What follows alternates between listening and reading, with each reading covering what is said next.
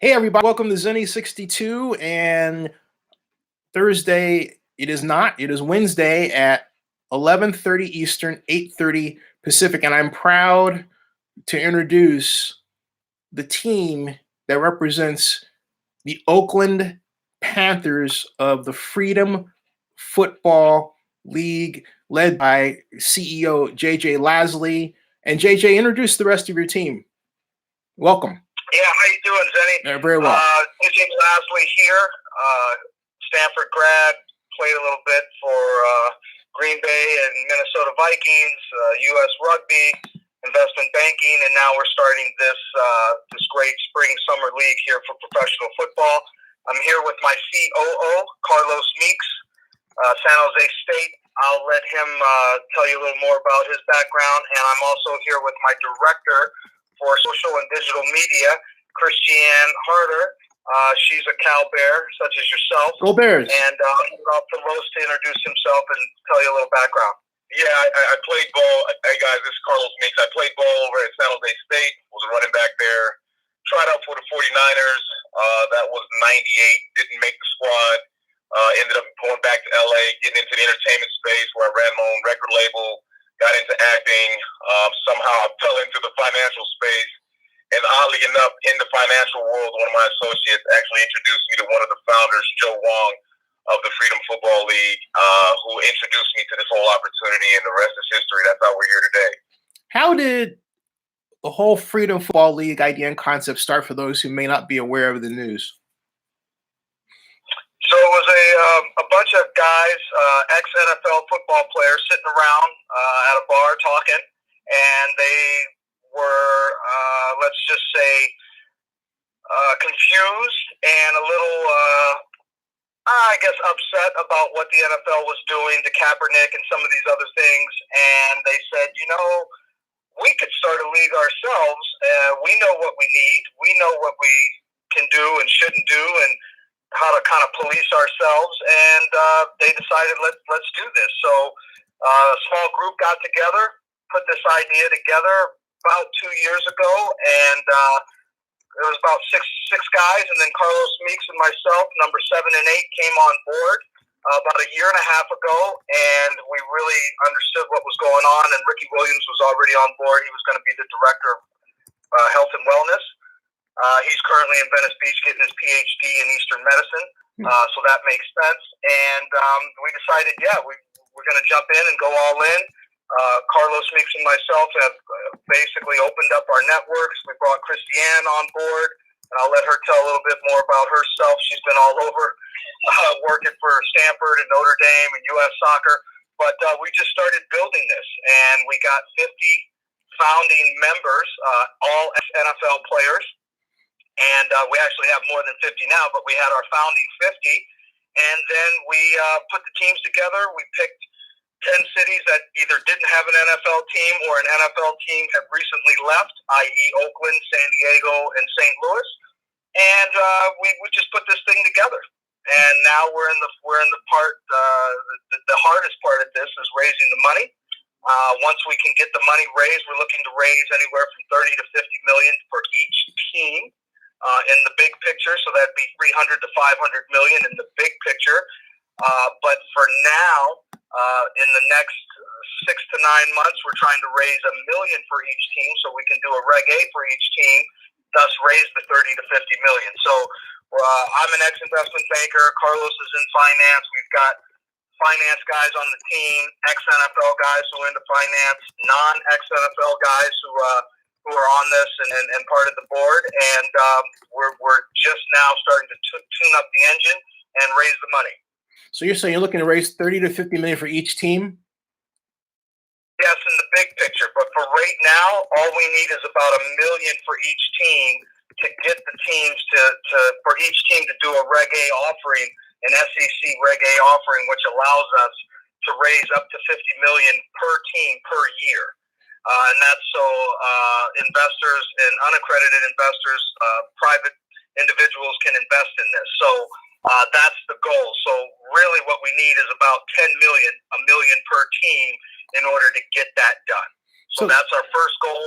Each team raise $1 million, and then from that $1 million, We do a reggae, and we raise 30 to 50. I think you and I know the answer to this question from the inside point of view, but for the outsider who may not, but is intrigued and wants to invest, what's the advantage of investing for them? Well, we've got several different advantages. One of them is if you get in early now with the FFL, we have a safe note, which is a security note, and we're giving 25 to 50% off, depending on if you get in at the end of March or by the end of June, and you would get a 25 to 50% discount to what the pre-money valuation will come out as once we do the reggae offering. And how will this league be different, say, aside from, of course, size, from the current National Football League? And I think you kind of give a window into how that is, but can you fill in that blank for us? Well, the biggest thing, this is Carlos speaking, the biggest thing that we see how this league is going to differentiate itself from the NFL is the ownership side of it. And that's really what intrigued me about this.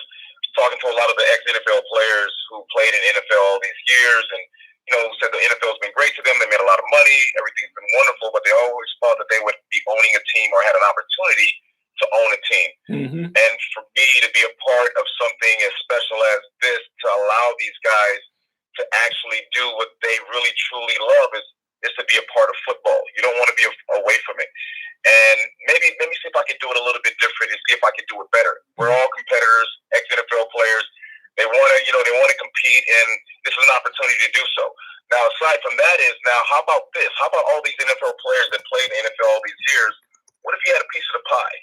Imagine what else they would be getting at this point in time. We all talk about, there's a lot of people that made a lot of money in the NFL, but there's even a lot more that ran through that money that didn't really have enough to really take them to the next level. We want to make sure that we give them a little equity in that. And beyond that, also letting the public also be a part of that and be part owners. So now we got equal opportunity across the board, equal incentive across the board, which then leads to great business. I think that's just a great opportunity, which a lot of teams, I think, will probably start to adopt at some point on some sort of level. So it's just the American dream. It's the American way. And I think this is what why people are resonating when they hear about the business model of the new FFL league. And the big thing, Zenny, on the ownership is, if you're one of the first players, or it doesn't matter when you come in the loop, but if you've got ownership and it's blood, sweat, and tears on the field, and you played for a team for 2 years, 3 years, 10 years, and you're done, what you've helped build is still going, and it's actually growing bigger, and you deserve a small piece of that. And unfortunately, we all love the NFL, but there's 32 families that own those teams. Mm-hmm. And those teams are making at least $100 million net per year, and it's going to 32 families and their friends. And at this point, we want to change that dynamic. This is a socio-economic movement where we are now going to give these players an opportunity to actually own what they've helped grow, what they've helped build. Absolutely. And that coupled with the health and wellness, this is a player-centric league.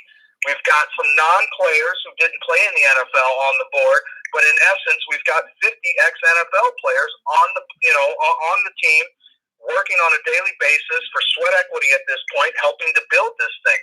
Mm-hmm. And that player-centricism, if you would, it brings about the golden rule for the athlete, which is health, wellness, security.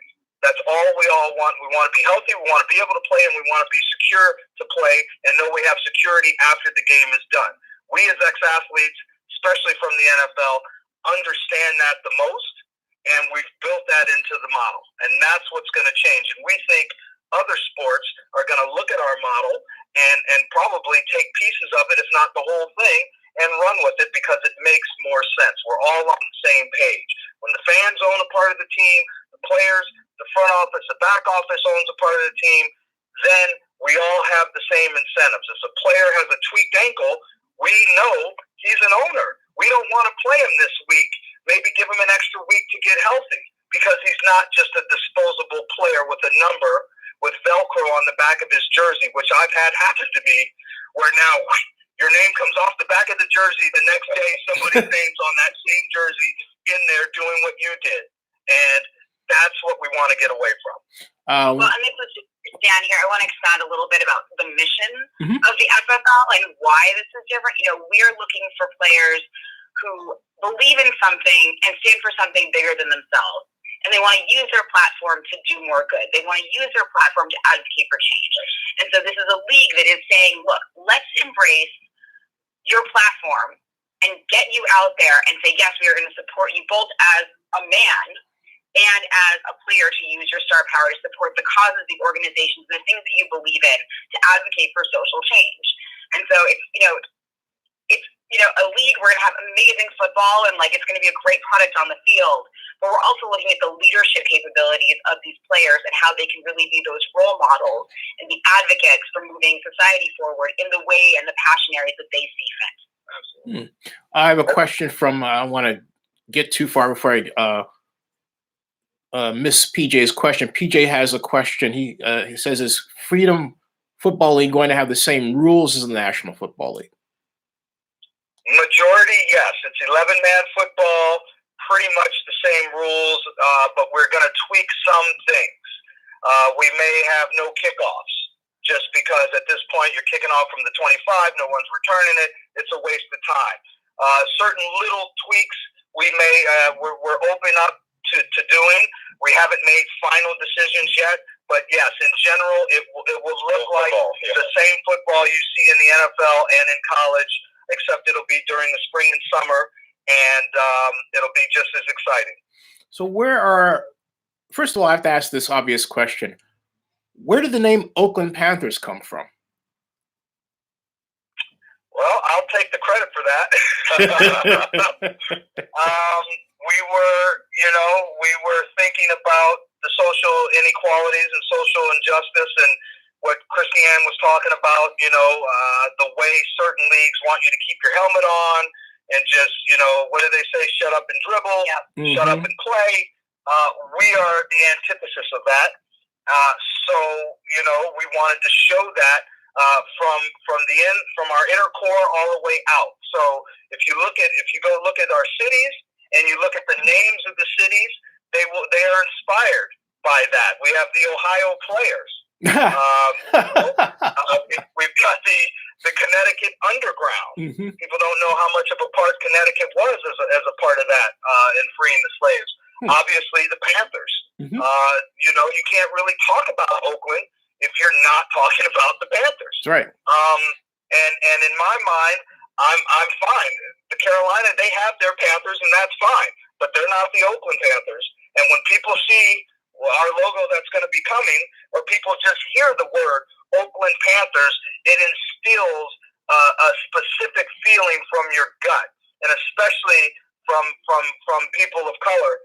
Absolutely, but just in general, and what they stood for and what they really were about, and not the unfortunately washed out media side of what it was. They were made to be criminals, yada yada, but we all know what they really did in Oakland.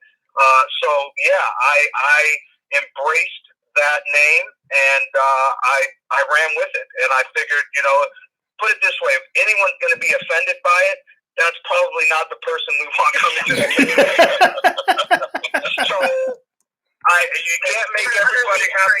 Yeah, you can't make everybody happy, and there are other leagues for you. Hey, I got to ask, what can you give us a hint what the logo is going to look like? I mean, just to maybe like a smidgen of an idea. I want that to be a surprise, but let's just say when you see it, you're gonna love it. Does it involve Huey Newton by chance? I'm just as a guy who's been in Oakland.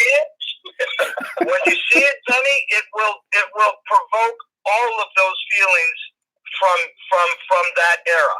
Absolutely. I'll give a clue. The one clue would be this: 2 for 1. Okay. I'll just leave it at that. We'll come back. We'll revisit that. Well, that's a huge clue, man. Hey, more questions are coming. John Akala asks he says, any concern that you'll be competing probably with the current AAF and the XFL, which starts next year? So that's a great question, but we're actually not competing with them because our schedules don't overlap. So the AAF obviously started right after the Super Bowl. They're going on for a few months, but we're starting in May and going till we think somewhere late July, maybe early August. So really the AAF and the XFL have a very similar schedule, and then we'll be on our own schedule. So, there's plenty of room for a lot of football, and, we're looking forward to seeing how they perform. But, the FFL we're doing our own thing, man. We're not competing with anyone. We're competing with each other. We're on, folks, with the team that's forming and producing the Oakland Panthers of the Freedom Football League. And PJ has another question. He asks, could the Panthers replace the Raiders that are going to Vegas next year? If so, that would be nice, I guess, anywhere. That's what he's saying. Is the idea to replace the Raiders in a sense?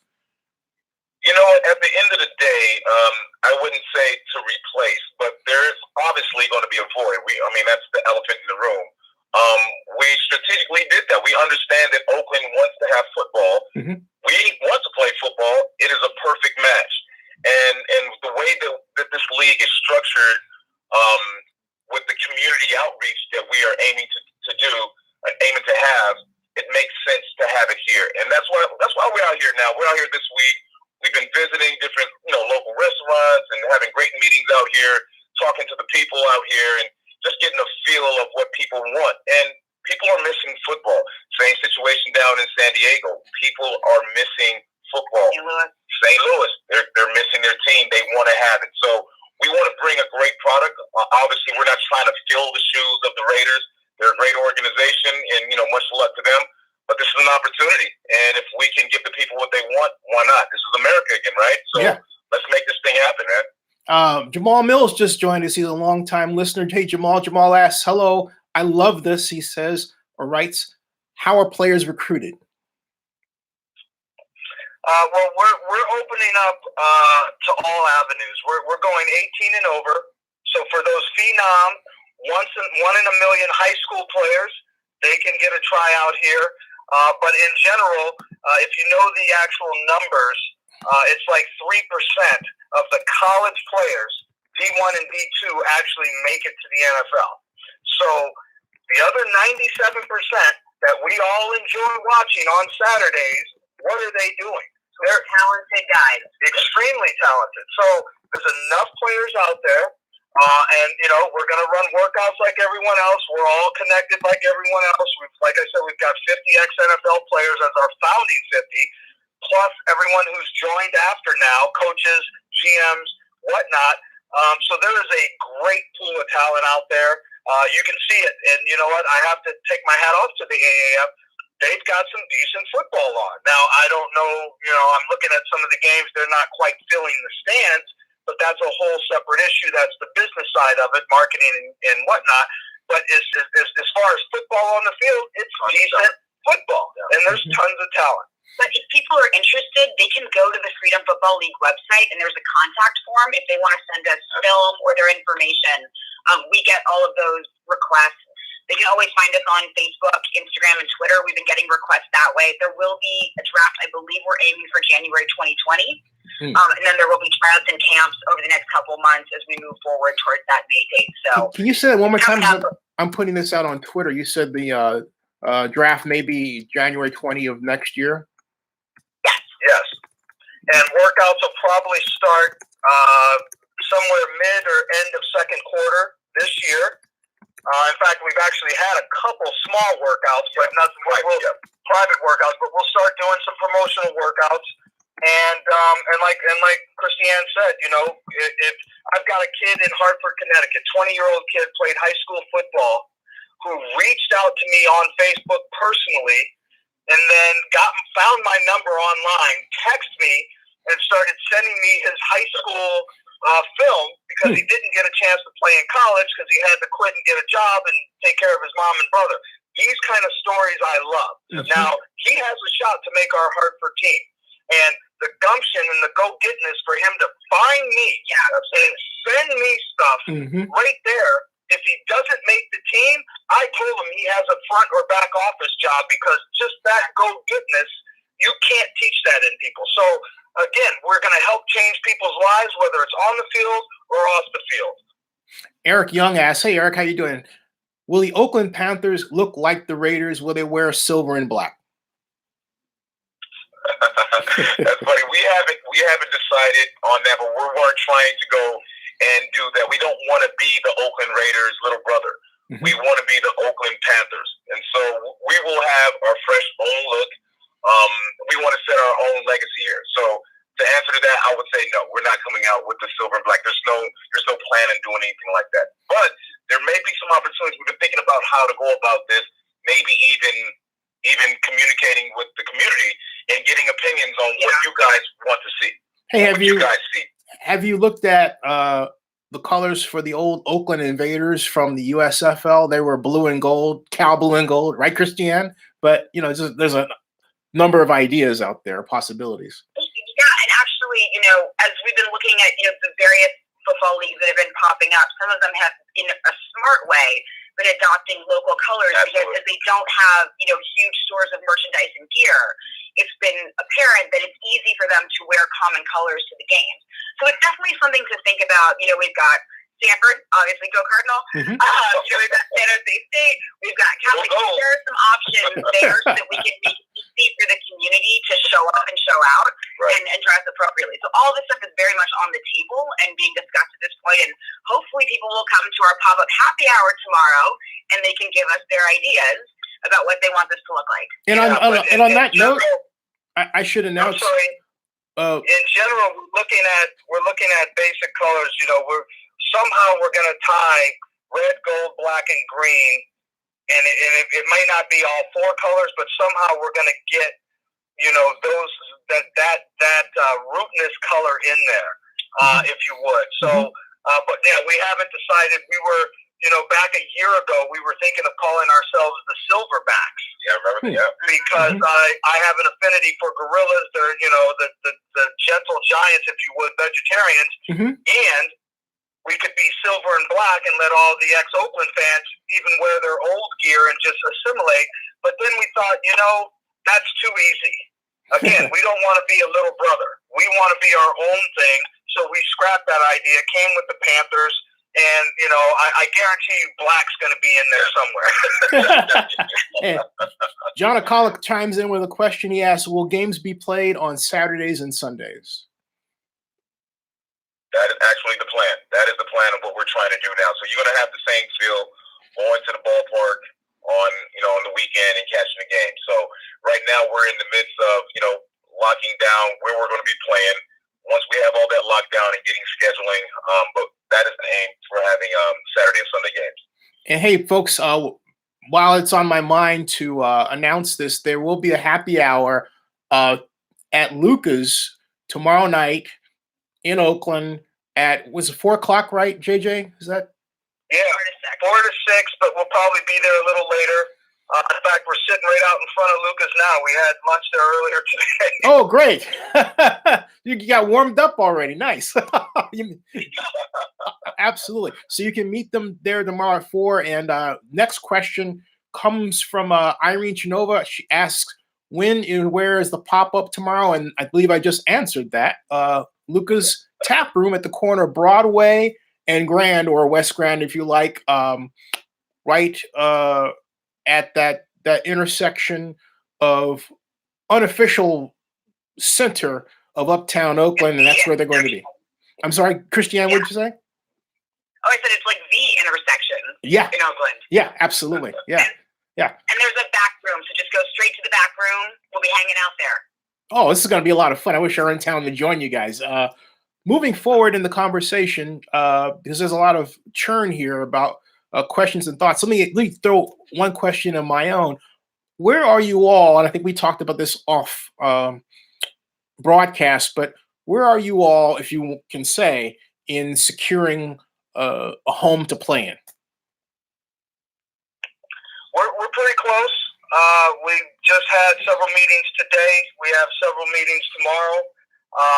We're looking at basically 4 main spots: the Coliseum, Berkeley, the Oracle Parkway, where the San Francisco Giants play, and San Jose State. We've got all four on deck, and we're just seeing which makes better sense in the long run. Obviously, we would prefer to play in Oakland, so we're doing everything we can to keep either the Coliseum or Berkeley as our 1-2. But business is business, and we may have to come out a year or two in one of the other spots, depending on what Alameda County, Oakland City, and the A's are going to do with their stadium.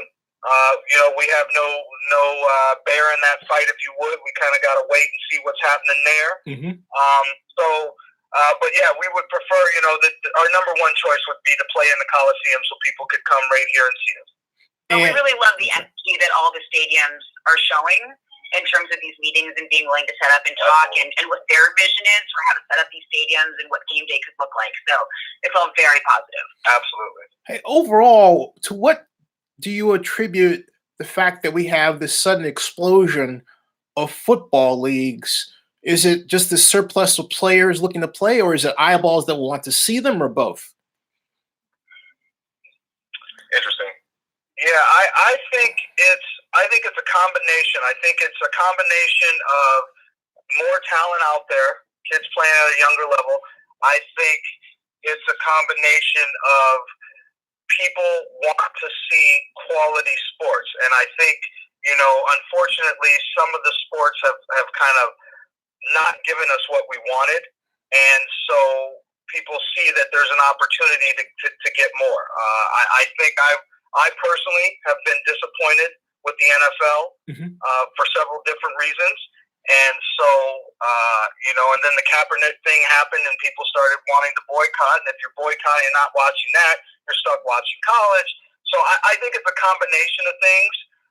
But it does seem pretty funny that, in this year, next year, there's going to be 3 spring summer leagues all coming out together. Like a boom. That is kind of a coincidence. Yeah. And on that note, I'm actually headed to cover the NFL annual meeting. Zenny 62 Media is going to be there once again. And from that perspective, how has the NFL changed from your point of view? Like from a player perspective or from a management perspective? It's a wide open question. I deliberately put it out there as such. I was going to subdivide it, but I thought it'd be more interesting just to leave it, open-ended in terms of how you want to answer it, I don't know. I feel, I think social media has had its imprint on life as a whole. Yeah. Not excluding the NFL, of course. So there's a lot of things that happen because of the social media. So from players getting in trouble, from people talking about the concussion things that are happening, that started to circulate, via Twitter, and people started spreading different things, and it's just a lot more pressure now. And I think that the NFL has been doing its best job to, take those blows. They're the 800-pound gorilla, right? They're the big one. They're the one that everybody's going to try to throw their darts at, and they actually got hit with a lot of few things, and they're weathering the storm and kind of going through it. And I say there's some growing pains, I would say. But it is what it is. It's part of a business. It's a new era that we're in. So it's hard to say where they're at particularly right now. But I think with the social media, I think social media itself has just really taken a toll on a lot of things in America.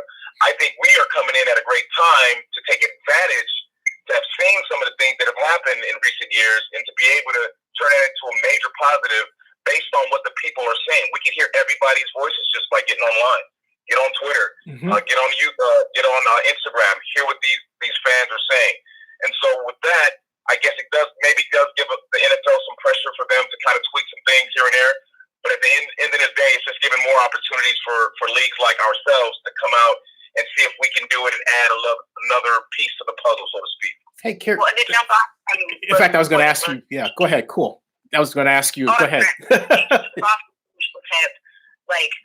We're seeing real conversations about real issues that were maybe just discussed in private before, but now have a very public conversation. How women are treated, how marijuana is used, how, the social justice issues are coming through. And an institution has to, in order to advance and survive, it has to be able to move and change. And the NFL at this moment is a little bit stagnant in its structure. So these new leagues that are coming out, we are hearing those responses. We are in those conversations. We are seeing the advocates, the allies online having very interesting conversations about social issues, women, education, the life after the NFL, how players are treated, all of these things. And we're able to respond in a more nimble way and to bake it into our infrastructure to be able to create this next generation league that is really taking into account the players, that ownership capacity, and what really is fair and how we use our platform. What strikes me different about the FFL and the Oakland Panthers compared to the NFL is someone said this to me, and I think it's very true, but it's frightening. The NFL really is a collection of mom and pops, but the mom and pops are worth billions. And my perception of the NFL is that for as much money as the NFL commands, some of the decisions don't seem commensurate with the value of the organization, And it seems like because of that, it's almost opened up this market for a different approach. And what it feels like you all are doing is, rather than avoiding, as some of them would do, a political conversation, it almost seems like you're trying to, forgive me for this term, but monetize the political conversation and pour it into the league. Is that an unfair statement? I don't mean it for it to be. I wouldn't say monetize. I would say embrace the political conversation. And if you embrace it correctly in this world of capitalism, you may make some money. Mm-hmm. But this isn't, look, you don't start a football league, much less a football team, thinking you're going to make some money. We're going to lose money for years and years and years. We understand that. We're committed to that because we know at the end of the day, what we are producing are the new leaders in this community. I mean, these football players, what they do on the field, I was there. It's incredible. And once that's over, most of these guys are lost. They don't know what to do. And we are building men. We are building the next generation of leaders. Once they walk off that field from our league, they will be prepared to go into the working economy. They will be prepared to deal with social and economic changes and inequities because we are having those conversations. It's not shut up and play. It's, what are you talking about now? Okay, great. Let's address that situation, try to fix it, or shift or tweak what we need to do to get everyone on the same page. So if we monetize it, great. But again, we know we're going to lose a bunch of money years in and years out. This isn't about the money as much as it is about a movement of change. Disrupting the paradigm. Hey, I'm curious. We're the disruptors. That's what we're aiming to do. John Acala just has a question he wants me to get, and he asks, so what's your opinion on the quality of play in the AAF? It's decent, yeah. I mean, I've seen a few outliers there, like some guys that I could see playing in the NFL or playing in our league. So I definitely was not disappointed. I got to be honest. Yeah. I mean, it wasn't, it's not at the NFL level, but this is their first year out, and, we've got to take our hats off to those guys. We know those guys. There's a backstory to that, but regardless, they're doing what they can do, and it's decent football. I enjoy watching a couple of the games. Just don't pan out and show the 100 people in the stadium. Hey, so it sounds to me, actually, J-Dub. Hey, J-Dub, how you doing? J-Dub has a great question. He asks, so what are your expectations of play for the FFL? That's interesting. I don't quite know what J-Dub means by that, but I threw it out there because it seems like, I guess expectations, I suppose, maybe a style of play. I'm not sure exactly what he means, or maybe you can fill in the blank if you think you know where he's going. Professional football. I mean, these are going to be guys that could, should, or would be playing in the NFL. They just happen to be playing with us. Maybe they came from the NFL. Maybe they had some backstory and they had a bad childhood, or didn't have a chance and didn't get a chance to go to college. There's a million different types of stories, but these guys can actually play. And just because a guy had some trouble in his early life doesn't mean he can't changes trajectory, and we want to give people that chance. But yeah, we're going to have professional football. I mean, we were all ex-NFL players. We know what it takes, and we know what professional football looks like. The speed, the agility, we know all that. We're going to get all that, plus the social, economic, and everything else with it, because we don't want players to just shut up and play. These guys have a platform. Jesse Owens had a platform, and you have that platform. You put that black glove up in the air, and you're making a statement without saying a word. Why? Because they won a gold and silver medal, and you're looking at them. So these guys are blood, sweat, and tears on the field, and they're going to have a platform, and we want them to use that platform for positivity. Now, if you're pushing negativity, then we're going to have to discipline and stop that. You can't push negativity, but again, you got to push something. You got to stand for something, or you'll fall for anything. That's very true. Practically look at the numbers, right? Like a college roster, it's like 105, right? Mm-hmm. Then you have an NFL roster. The guys go through camp. Who gets cut? Those players are still phenomenal players. Absolutely. It's just a numbers game or a positions game. So those guys are fantastic ballers. We'll take them. How many times have we seen, on these reality shows with, and these guys in camp, and a head coach say, "Man, I absolutely love you. If I had one more spot, I'd keep you." And those are the guys that we want to make sure that we don't let slip through the cracks. Look at Jeff Garcia. Mm-hmm. He almost slipped through the cracks. He was at one of our events the other day. He was like, "Man, I was one of those guys that didn't get the shot. I had to go, to Canada and try to make it happen. But what if I didn't make it out there? I never would have had a shot to come out here and prove that I'm actually capable of playing, not only just playing in the NFL. He's a future Hall of Famer. You know what I mean? Let's slip through the cracks. Exactly." Mm-hmm. So we want to make sure that we're giving a shot at these to these guys, and it's going to be some wonderful football. It's going to be some wonderful football. And speaking of Jeff Garcia, he's so hungry and passionate about his story. He's now the GM of the San Diego Warriors, so he's going to be digging through the cracks and the crevices to find the next Jeff Garcia. Yeah, absolutely. We've got a flurry of activity here in terms of the comments section. I want to add that I think one area, if I may, for the FFL to look is also HBCUs, historically black colleges and universities, because because in the case of quarterbacks, Amir Hall should have been at the NFL Combine, wasn't, and no HBCU quarterback has been drafted in the NFL since 2006.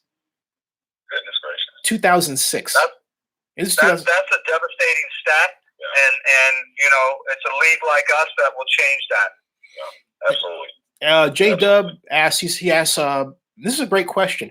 How will you evaluate players? Will you have scouts? Will you have tryouts, as in terms of this draft construct? Absolutely. Yeah, we got GMs for each team, then we'll have trainers. We have scouts, ex-NFL players all over the nation, ex-coaches. I mean, there's a plethora of players. But yeah, we have scouts. They'll do basic tryouts, and one thing we're going to change is our tryouts. Once we're going to start off big, and it'll be mostly a physical. But once we start kind of funneling down, then the tryouts will be, the first half of the tryout will be a physical challenge, the 40, the high jump, vertical, all that. And then the second part of the tryout is going to be a sit-down discussion about life after football, about current education. Do they have a degree?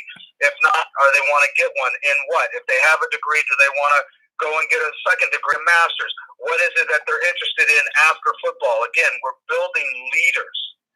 They just happen to play football right now. We're going to change that whole dynamic. But yeah, we will have what normally you would need to find these players. Absolutely. Oh, and I would guess this is still forming, but Christianne, from a digital strategy standpoint, how are you all going about producing a message that mates the political with the sports, if that indeed that's the objective, or unless I'm missing it, I apologize. No, you're definitely not missing it. we're very lucky that the men that are the founding 50 have always been, active guys. They have their passions, and that's part of why they're supporting this league. So in terms of, let's say, an influencer strategy, we're super lucky that our founders are influencers. Mm-hmm. That's a really big piece of that. We're still, each team has its own personality. We're still in that baby phase of it. So right now we're really trying to tell the story of the cities that we are in and why we picked them and what is the story behind them. And each city has, its own story and its own flavor.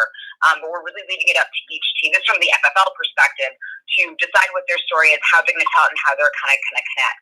And then just from a digital perspective, we're working right now on the formulation of the websites. We want the websites to be disruptive. We want them to look like no other sports website you've ever seen, and really connect with the fans and be very fan-centric. Because usually when you go to a normal website, it's really the information that the team or the league wants you to know, not with the information that you want to know. Mm-hmm. So there's a lot of really great discussions that have been going on about how we're going to do this. And obviously, every team has a different level of social activism or history. In Oakland, that's a rich part of our history. So that's going to be a big part of our story. Same thing, with Birmingham. You have other cities that it's not as rich. And so they're going to be able to tell their story on their terms. And we've just got to figure that out on a team-by-team basis. But we're lucky in Oakland. We've got so much to talk about. So we've got a very rich history that we want to put out there and celebrate. And we'll be working in that through our social media offerings. And Jamal Mills asks, hey, Jamal, how you doing? Asks, how would we be able to watch media-wise? Could I watch an Oakland game in the ATL? Yeah, we are in talks with all the major corporations. We're leaning towards streaming model at this point. Mm-hmm. Haven't made any complete decisions, but we're in talks with all the names I don't even need to mention them. Mm-hmm. And we've been in talks with the corporate guys as well as far as media goes. Obviously, there's a couple channels that are kind of off limits because they're dealing with the NFL, and that's fine. But outside of that, because this is such a new model, it's probably going to take a new type of distribution. Mm-hmm. We're thinking. So we haven't made a final decision, but we're probably going to be streaming. And you'll have to, once we decide which platform, you'll be able to find us on that platform. And we're talking with everybody. I mean, we're in talks with everybody. It sounds like a great opportunity for a nascent streaming service, or maybe not so nascent but young, to do a sort of XFL style investment in the Oakland Panthers and the FFL, and grow with you at the ground level. Have you all thought about something like that, or is that what you're all trying to engineer? No, that's a possibility as well. We're talking to the known, true and tried ones: your Facebooks, your YouTubes, your Hulus, your Netflix. And there's some new guys out there, new on the block, that we're having conversations with as well. We've got a guy who's been in, he was Paramount International Distribution for 25 years. He's kind of heading that. He knows more about that than all of us, obviously.